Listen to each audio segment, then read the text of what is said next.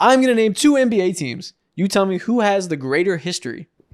Okay, we're real historic today. Yeah, so which team has more legacy points? Which franchise has a bigger stamp on the history of the NBA? Okay, let's do it. Let's go. Warriors or 76ers? This is tough because the Warriors' success is all recent, but my God, they are the most dominant in a decade you could imagine. If you have to go with the Warriors to have Steph Curry, who changed the game, to have KD and have also possibly the best team of all time. Yeah. You have 2 players who are top 10 arguably. Draymond Green, one of the greatest defenders of all time. You have Klay Thompson, one of the best shooters of all time. Everywhere you look, there is one of the greatest of in NBA history on the Warriors. Along with that too, the best way for me to digest this question is asking myself, who can I delete from the history of the NBA without feeling the least effects? And I think I can get rid of the Philadelphia 76ers. Yeah, their best era in the 80s isn't as good as the Warriors' best era. Anywhere close. And outside of that, neither one of them had super strong second eras. So, feels like the Warriors pretty easily. Yeah, I agree. The Pistons or the Heat? Bad boy Pistons had hugely impactful for the 80s. LeBronto. The Heatles in Miami in the 2010s was important. What Dwayne Wade did before LeBron James. Getting to 2 finals with Jimmy Butler. That's some sustained excellence, especially for an expansion team. Detroit always feels like it's Detroit versus everybody, and they're always like the underdogs. And they're gonna feel like this again because it's the Miami Heat. Yeah. Because shout out to the Pistons, but their back-to-back is kind of the like forgotten dynasty in the league. Right. You get the 04 Pistons, who everyone's like, yeah, good for them, but they weren't that good or whatever. The Heat, anytime that you have LeBron involved in whatever operation that you have, it's going to be one of the most important. You have Pat Riley, one of the most important figures in NBA history. You have Dwayne Wade, 3rd best shooting guard of all time. It's them. They've accomplished a lot in a way shorter period. They're a way newer franchise. That makes it more impressive to some extent.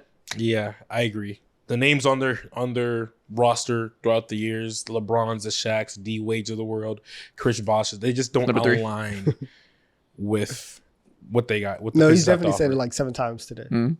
Who? Of the world. That was like your 7th of the world. The Kings or the Clippers? Ooh, man. Gutter time. See, this is really, really hard. Trench time.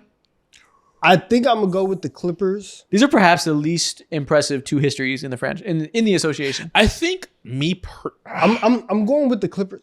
The Clippers are the only franchise that have their owner like they have the worst owner in the history of the league. They do. Yeah. But I think both these teams, well, actually, no, I was going to say both only have 1 conference finals appearance, but that's not true because way back in the day, the Kings had some success. The Kings probably win this because of their success in like the 60s. God damn. And the 2000s, I mean, the Clippers just got to a conference finals in 2021, and they haven't had an extended period, right? All that like Lob City stuff, again, a era defined by disappointment. But that's needed disappointment in NBA history to me. You said what? That's needed disappointment in NBA history. Why? Why is it needed? They're a staple of NBA discourse when it comes to team building. We saw for one of the first times in the early 2010s where they had like real life cap issues and they had to parse whether they wanted to talk or whether they wanted to get rid of the DeAndre Jordan or pay someone like JJ. It was, to me, I think they are more relevant in my mind compared to the Kings. Well, that's because the Kings' success all came before 2010. And that's why they're more relevant to you. but that's also why, again, the Clippers. Have you ever seen a team revolt against their owner pre-playoff game? Again. They almost didn't play the playoff game. That's low-key like a pivotal moment of modern civil rights to get Donald Sterling up out of here in a coup. So maybe they win.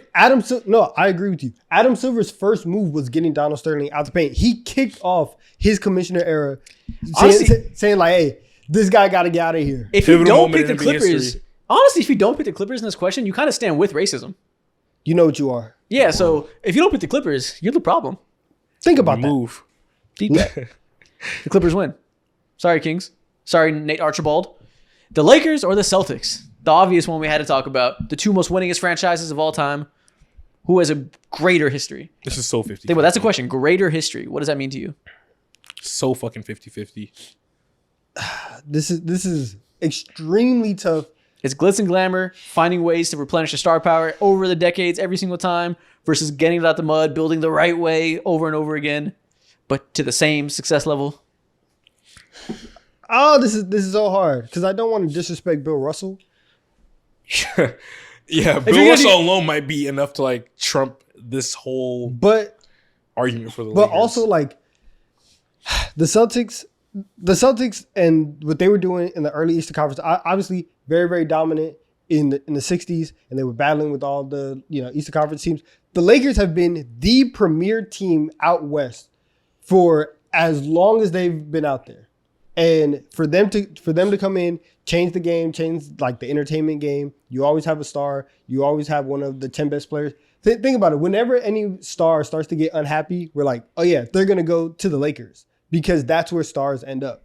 Like they are the pipeline for the platform in the NBA. The 1980s Celtics are just as successful as the 2000s Lakers. I think that's like comparable dynasties. I don't think the Lakers have a stretch like.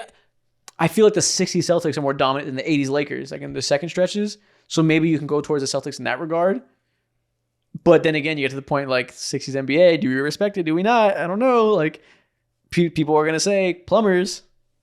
I think, well, it's kind of even because if you say 8 chips. Then you go to Minneapolis. Yeah.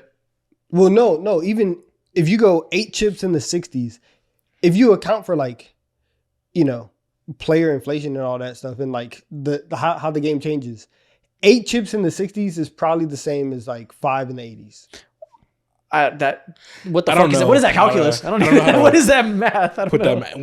If you have like a consensus top 10 players in the NBA in NBA history, 4 to 5 of them played on the Lakers with LeBron, Kobe, Shaq, Kareem, Magic. Okay, so if we're going to go on players that define the history of the game, more of them defined it in the Lakers uniform. It's a volume play. Volume of stars. Is the accolades are the same. The clout is the same. Lakers got volume of stars. That might be the only tiebreaker. Yes, they have that, but they also all won championships in a Lakers uniform. So you have the best players of all time being at the top of the mountain in a Lakers uniform. Sounds like we have the correct answer here. Sorry, Celtics. Damn. Don't tell me anything about Minneapolis. I don't want to hear it. Don't care. The Mavs or the Rockets? Who's the most clouded out of Texas? It's the Rockets, I think. Yeah, probably the Houston Rockets. They went back-to-back, whereas the Mavs only won one in 2011. Mm-hmm. That's an immediate tiebreaker. Outside of that, it's not terribly...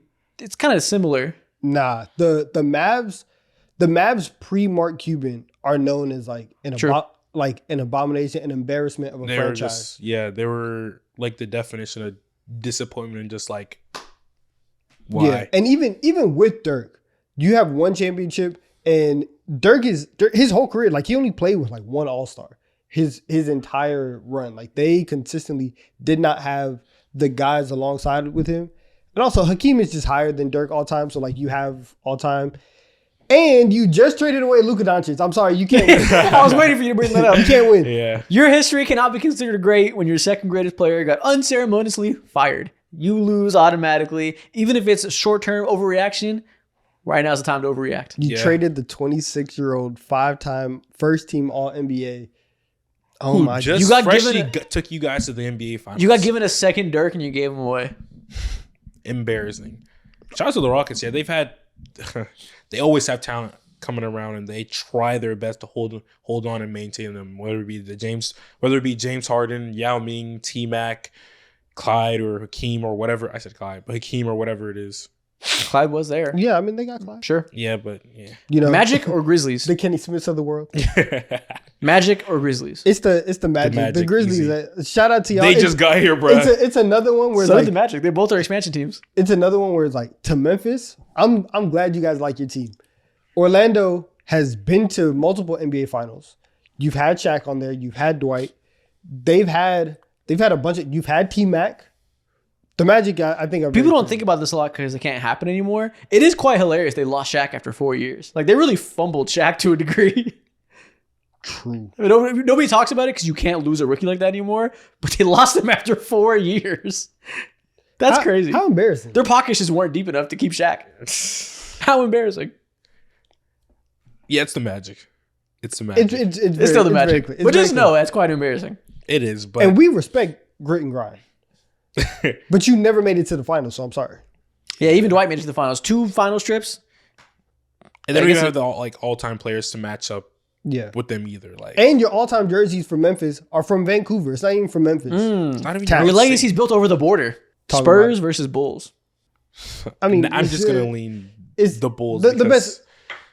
The most popular player in NBA history played for the Bulls. Like, they got it. One of the most important players of history. But if you're going to rival them, the Spurs are a close one. Like, so we're talking about who has a greater history. Yeah, they won the 6 rings with Michael Jordan. That's obviously like the peak you can possibly have for a decade. The Spurs almost matched that accolade-wise without the greatest player of all time. And they did over a long stretch of history. They replenished their star power over and over. One could argue that's more impressive. One could, you're right, but I think when it comes to dealing with the feats of someone like Michael Jordan, bro, like this conversation, I still got more chips than 8. Yeah, outside of the Lakers and the Celtics, I don't know if any other team in the NBA can compete in terms of overall greatness with the Bulls. It's just hard to do that. We hate fundamentals. We don't respect doing it the right way. It's Michael Jordan. We don't respect longevity. It's Michael Jordan. Let's compare Tim Duncan jersey sales versus Michael Jordan's. Oh, God. The Pelicans versus the Hornets. You can like kill both of these organizations right now, and we wouldn't even know what happened. We wouldn't even talk about it, bro. I don't even know where to begin. Okay, this is what it boils down to.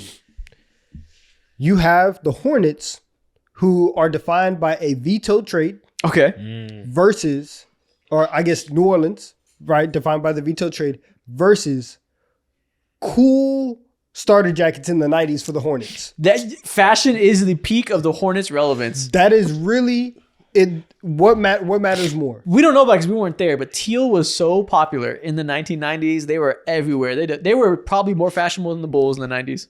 Shots at grandmama, man. Yeah, shout out to the Fresh Prince. He's probably wearing lots of teal. Oh God, bro.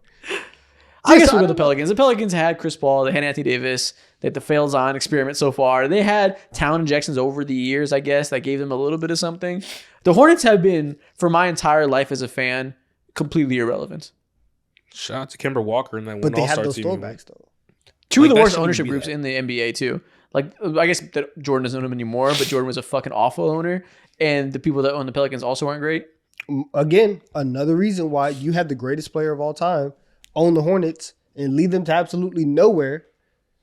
That disappointment could leave a stain on the league. Tough. Raptors versus Nuggets. Canada, man. They both got their one chip.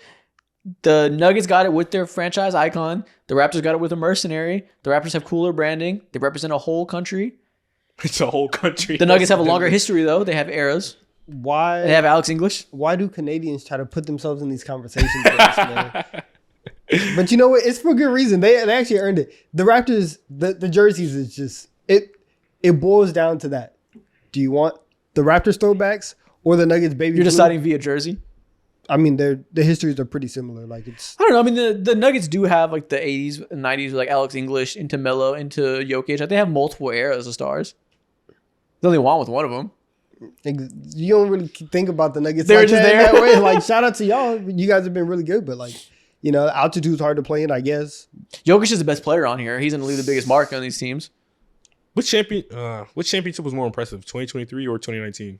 Yeah, and like which stories were impressive? One of the greatest offensive players of all time, or one of the best one-year runs of all time with the mercenary? Yeah, I mean, I think it's the mercenary. This was a team, and granted, LeBron left the conference, but they were getting destroyed year after year after year, and said, "Kawhi, come in," and then they got a chip, like instantly got over the hump. No, they did have like insane injuries happen to the team that they were facing. I will say that. Still impressive nonetheless when it comes to how they got there, though. And then for the Denver Nuggets, too, they face the Miami Heat in the finals. Not the conversation for Listen, today. jerseys, not important. Jerseys aside, sorry, Canada, you lose again. I'm going with Denver. There we go. Finally, we got to the part that matters. Bucks versus Knicks. Damn. Two very old, storied franchises that have been around for a long time. Which one are we going with? It's very clearly the New York Knicks. Like, what? Basketball-wise, it should be the Bucks. No, it is absolutely No contest is the New York Knicks. No contest is insane. No, it's New York Knicks because they're based in New York and they have a big market and lots of fans. The Bucks want a chip in the 70s, want a chip in the modern era. Thank you for giving me the reasons why it's the Knicks. When the Knicks Clout is not a good enough reason when the other team has chips and accolades and stars. First of all, and impactful basketball. First of all, they have the same amount of chips. Let's get that straight. 2 different eras of chips. They're not weighed the same. They just got their first chip in 50 years. What do you mean? They got one 50 years before that. Yeah, exactly. For the last 50 years, the Knicks have had more championships than the Bucks. That is crazy mental gymnastics. They have the same amount. Who gives a fuck about the last 50 years? Like, that's such a weird way to phrase it. They just tied the game. What is the tie? Just now, and then if we're talking about the history of the league, and now you're like, oh yeah, don't pay attention to the last 50 years when they had more championships. But you said it the same, and then you said before the last one it was 50 years. Well, who cares? Now it's the same. I'm just trying to find a reason to hate on the Knicks. If you can't tell, I'm grasping for straws. Come on. Even when the Knicks are bad, Madison Square Garden, the world's most famous arena, is the playpen. It's the show. It is the stage for all of the best players in the world to come on and put on their best performance. That is the very Knicks true. always matter whether they win 17 games or 50. It does not matter. Yeah. But do they matter because of they matter. actual basketball matter. reasons or just where they're at location wise? They matter. So I feel like that's a weak argument. Okay, the winning's the same, and the top end players are better on the Bucks. Giannis would be the best Knick of all time by far. Kareem would be the best Knick of all time by far. So they have the player legacies. They have the championships are equal. Kareem got his and then was like, yeah, I don't. Nevertheless, he got it. I don't want to be here. Nevertheless, he got it. If Giannis wore blue and orange, he'd be talked about like he's LeBron. The Knicks clout would take him to the top. Yeah. He'd be by far the best Knick of all time. And that is why we matter. That's why we matter. Yeah, because y'all are Hall of Fame when it comes to clickbait and just talking about nonsense. That's y'all. That's everybody else. Everybody else uses Knicks for clicks. That's everybody else. I'm not hearing a good reason besides New York is a big city. Yeah, me personally, I think when it comes to the history of basketball, like aside all the mumbo jumbo that be happening outside of the court, the Milwaukee Bucks are much more important to NBA history. Are y'all stupid? What are you talking I'm about? telling you the truth, What brother. are you talking about? The Milwaukee Bucks are much more important. I'm joking. I'm trying to find a reason to hate on the Knicks, but the Knicks aren't that important to basketball history. New York is important to basketball history because they're New York, but like the Knicks franchise is not terribly consequential outside of the clout. So like, okay, but that comes with it. Yeah, but like the clout isn't basketball related. So like we're not talking about the most relevant franchise. We're talking about the greatest histories, whose accolades and who's like accomplished more organization wise. So I don't care about the New York clout. I'm open to reasons for the Knicks, but because we're popular is not the one. Yeah. Y'all can't even fuck with them jersey wise too. Damn sure. Oop. Mm. It did.